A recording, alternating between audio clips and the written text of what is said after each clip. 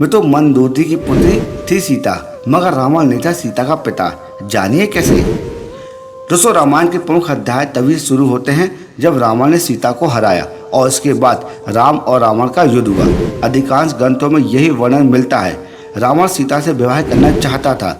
जब वह अपनी बहन शूर्पणखा के अपमान का बदला लेने के लिए सीता का अपहरण करके ले गया, तब उसे सीता के सामने विवाह का प्रस्ताव रखा। लेकिन इसके अलावा कुछ जगहों पर सीता को रावण की पुत्री भी बताया गया। आज भी इसकी सत्यता के बारे में विद्वान अध्ययन कर रहे हैं। कई विद्वानों का मानना है कि सीता और रावण पुत्रवधू थे। हालांकि रामायण के सबसे प्रमाणित ग्रंथ वाल्मीकि रामायण में इसका कोई उल्लेख नहीं मिलता है। मित्रों, आपको ये जानकर आश्चर्यचकित होगा कि राम के जीवन पर अभी तक करीब 125 अलग अलग रामायण लिखी जा चुकी हैं। कई ग्रंथों को विद्वान प्रमाणित मानते हैं तो कईयों को काल्पनिक। आपको बता दें कि अद्भुत रामायण 14वीं शताब्दी में लिखी मानी जाती है। तो यह मूलतः कथन न होकर दो प्रमुख ऋषि वाल्मीकि और भारद्वाज ऋषि के बीच का वार्तालाप है। इस रामायण में सीता का जन्म मंदोदरी के गर्भ से हुआ था। इसका उल्लेख मिलता है कि इस रामायण के अनुसार एक बार दंडकारक में गुमस्त नामक एक ब्राह्मण थे। लक्ष्मी को अपनी पुत्री के रूप में पाने के लिए हर दिन एक कलश में कुश के अग्रभाग में मंत्रोच्चारण के साथ दूध की बूंदें डालते थे।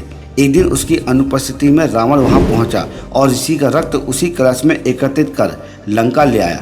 कलश को उसने मंदोदरी के संरक्षण में दे दिया और ये कहा कि इसको संभाल के रखे, ये बहुत ही भयानक विष है। इसके बाद रावण वन विहार करने के लिए पर्वत की ओर चला गया। रावण की उपेक्षाओं से दुखी होकर मंदोदरी ने आत्महत्या करने के लिए जहर समझकर उस घड़े का रक्त पी लिया। इससे अनजाने में ही मंदोदरी गर्भवती हो गई। उसने सोचा कि मेरे पति मेरे पास नहीं है। ऐसे में जब उन्हें इस बात का पता चलेगा तो वो क्या सोचेंगे कि मेरा संबंध किसी अन्य पुरुष के साथ हो गया है। मैं तो ऐसा विचार करते हुए मंदोदरी तीर्थ यात्रा के बहाने कुरुक्षेत्र आ गई। वहाँ उसने गर्भ को निकालकर भूमि में दफना दिया। इसके बाद उसने सरस्वती नदी में स्नान किया और लंका वापस लौट गई। धरती में गड़ा हुआ भूर परिपक्व होकर सीता के रूप में प्रकट हुआ, जो हल चलाते समय मिथिला के राजा जनक को प्राप्त हुआ।